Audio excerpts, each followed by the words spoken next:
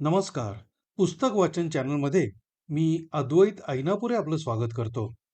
आज आपण जी कथा ऐकणार आहोत ती आहे चिंतामण विनायक जोशी लिखित मिळवत्या बायकोचा नवरा. तर सादर आहे कथा मिळवत्या बायकोचा नवरा. पुरुषांचा स्वभाव कसा दुतर्फी असतो. कुटुंबातील माणसांवर निराधार होण्याची पाळी यावी ही कल्पना त्यांस जितकी असह्य वाटते, तितकीच त्यांनी आपल्यावर अवलंबून नसावं ही कल्पनाही त्यास कडू लागते. माझे मित्र गंपू नाना एक दिवस शाळेत वर्गावरून शिकून येताच शिक्षकांच्या खोलीत गादीवर धाडकन आपटले. डोक्यावरील पांढरा फेटा फेकून देऊन कोटाच्या गुंड्या सोडून टाकून ते धापा टाकू लागले. शिक्षकांच्या खोलीत मीच काय तो त्यांच्याशिवाय हजर होतो. इतर शिक्षक आपापल्या वर्गावर निघून गेले होते आणि मला तो तास मोकळा होता.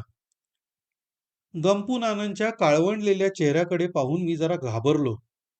त्यांना पंचपात्रीभर पाणी पाजून ताडाच्या फाटक्या पंख्यानं त्यास वारा घालू लागलो. गंपू नाना अगदी घाबरून गेलेले होते. जोशी मास्तर, माझं कसं होईल हो? त्यांनी दीनवाण्या मुद्रेनं विचारलं. गंपू नाना, तुम्ही सनस्ट्रोकनं घाबरलेले दिसता. आज हवेत उष्णता भयंकर आहे. आत्ता बरे व्हाल वारा मिळून. तुम्ही बिलकुल घाबरू नका. मी त्यास आश्वास दिलं. घाबरू नको तर काय करू हो जोशी मास्तर? माझा संसार मोठा, 8 मुलं आहेत मला. पगार अवघा 50 रुपये. त्यातून आम्ही पडलो ड्रॉइंग मास्तर. शिकवण्या बिकवण्याचं उत्पन्न आम्हाला कुठून असणार? आणि मला अशी भीती वाटत असते की केव्हा तरी हे काळीज आपल्याला दगा देणार. पहा, पहा माझी नाडी किती मंद झाली आहे ती. माझ्या हातात आपला हात देत ते म्हणाले. गंपू नानांची नाडी मला मुळीच लागली नाही, कारण नाडी कोणत्या ठिकाणी असते याचीच मला माहिती नव्हती. परंतु त्यांना धीर देत मी म्हणालो, गंपू नाना, तुमची नाडी तर अगदी चांगली नॉर्मल चाललेली आहे. आपली नाडी चांगली चालत असावी हे गंपू नानांस आवडलं नाही. त्यांनी आपल्या हातात माझा हात पकडून तो आपल्या काळजाजवळ नेला आणि म्हटलं, पहा हो मास्तर, छाती किती जोरानं धडधडतीये.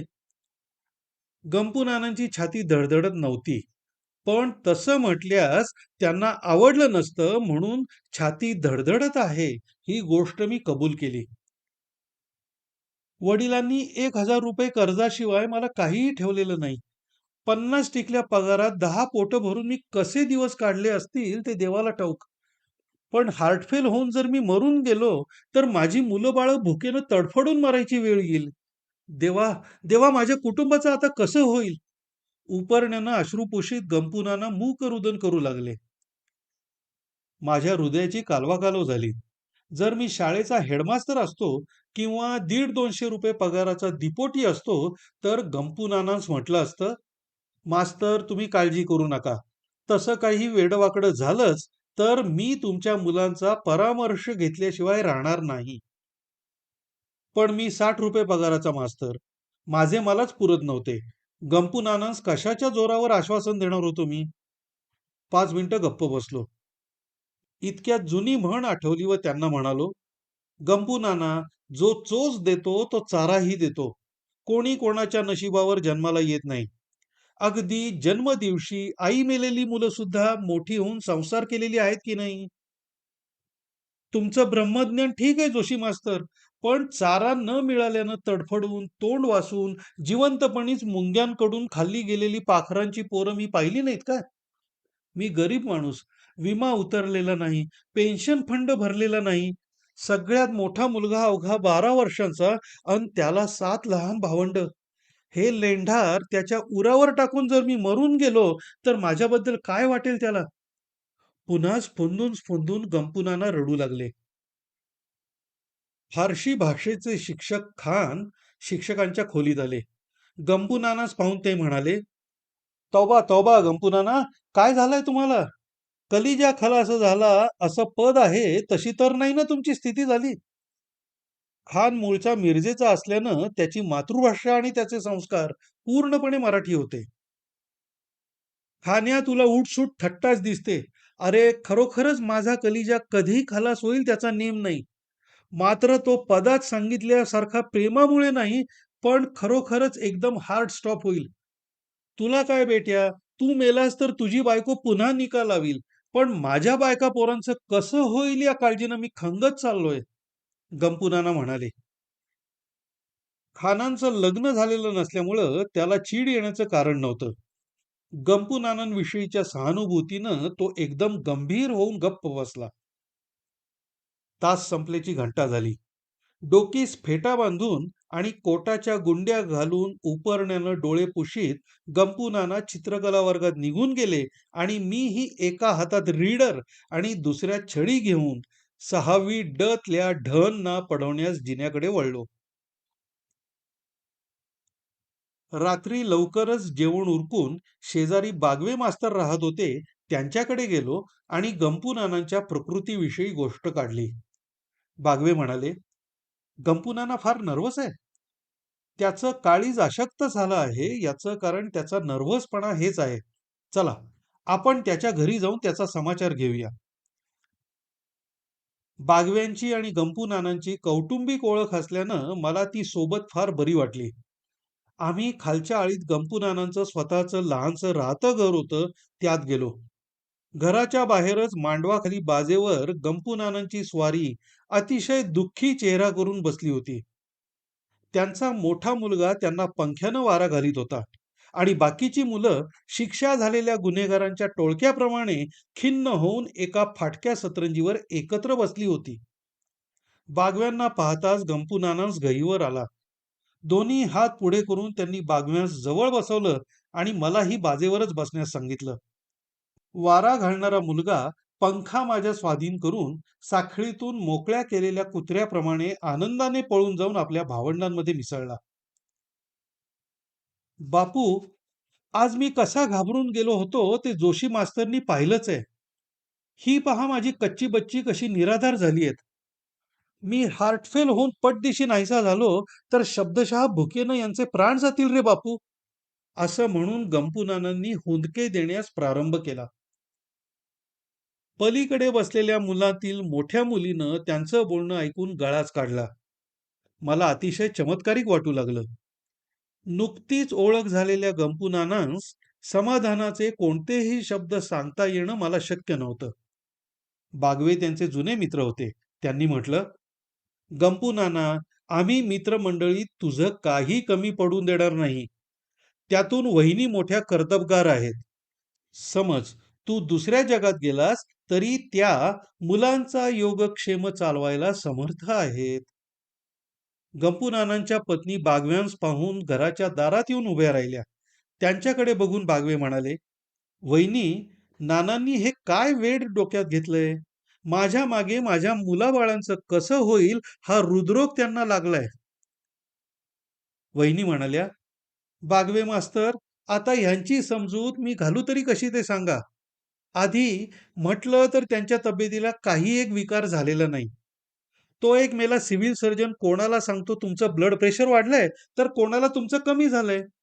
त्याच्या बायकोला हे ड्रॉइंग शिकवायला जातात. शिळोप्याच्या गप्पा मारताना दिला बिनफीचा सल्ला झालं. त्याच्यावर विश्वास ठेवून उगीच हे काळजी करत बसलेले असतात. काळजी करण्यातच त्यांना सौख्य वाटतं. काही झालं नाही यांना. बायकोचे शब्द ऐकून गंपूनानास बरं वाटलं नाही.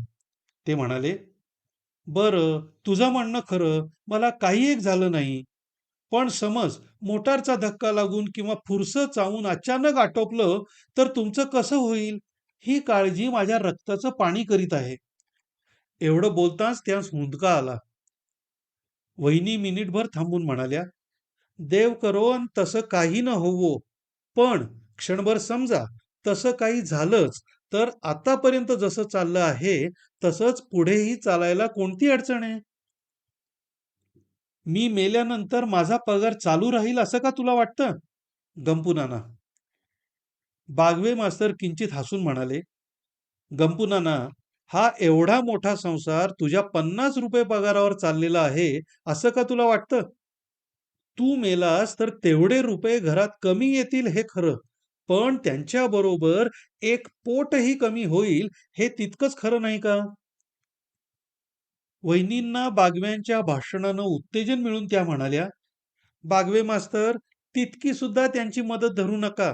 50 रुपयातले कमीत कमी 10 रुपये तर त्यांचे विडी काढी आणि पान सुपारी ह्यात खर्च होतात. विलायतेतली ड्रॉइंगची पदवी घरबसल्या मिळावी म्हणून वर्षाचे 30 रुपये ते कुठल्याशा विलायती संस्थेला पाठवतात.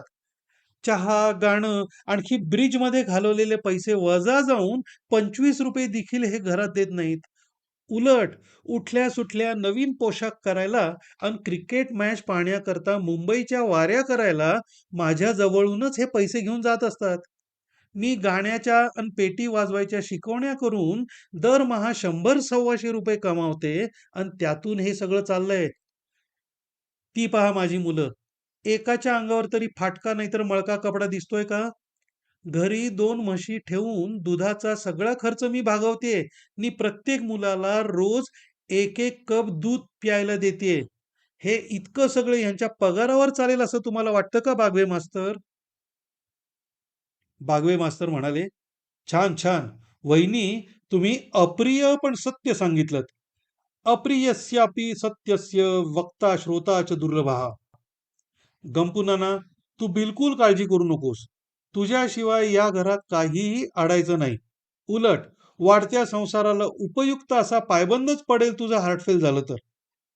तर आता तू काळजी सोडून दे म्हणजे खडबडीत बरा होशील. घरी परत येताना गंपू नानांच्या कुटुंबाविषयी बागव्यांचं आणि माझं बोलणं झालं. गंपू नानांची बायको बायकांच्या गाण्याच्या शिकवण्या करून नवऱ्याच्या दुप्पट मिळकत घरात आणीत असे आणि त्यामुळे गंपू नाना शिकवण्या किंवा एखादा आडधंदा न करता काळजी करण्याचा शौक करत असे, असं बागव्यांनी मला सांगितलं. एकंदरीनं गंपू नानांची झुरणी खरी नसून वेळ घालविण्याचं ते एक साधन होतं, अशी माझी खात्री पटली. त्याच्यानंतर दुसऱ्या दिवशी माझी गंपू नानांची गाठ पडली. त्यांनी लोकरीचा नवा कोट चढवलेला होता. कोटाचं कापड चाचपत मी म्हणालो, "गंपू नाना, काय भाव मिळालं हे कापड?" ₹8 वारप्रमाणे 2.5 वार कापड आणि अस्तरासह 10 रुपये शिलाई असे 30 रुपये ह्या कोटाला पडले. गंपू नाना, 50 रुपये पगाराच्या माणसानं कोटापायी 30 रुपये खर्चावे ही कल्पना मला जड वाटली. त्याचा असा आहे जोशी मास्तर, हा कोट कुटुंबानं आम्हाला आमच्या लग्नाचा रौप्य महोत्सव म्हणून प्रेझेंट केला आहे. गंपू नाना आयटीनं म्हणाले. अशी मिळवती बायको लाभल्याबद्दल मी त्यांचं अभिनंदन केलं, पण ते त्यांना फारसं आवडलं नाही. जोशी मास्तर, काल रात्री तुम्ही आलेच होता आमच्या संसाराचा फार्स पाहायला. मला फक्त 50 रुपये पगार आहे, पण बायको 100 रुपये मिळवते हे पाहून कदाचित तुम्हाला माझा हेवा वाटला असेल. गंपू नाना बोलू लागले.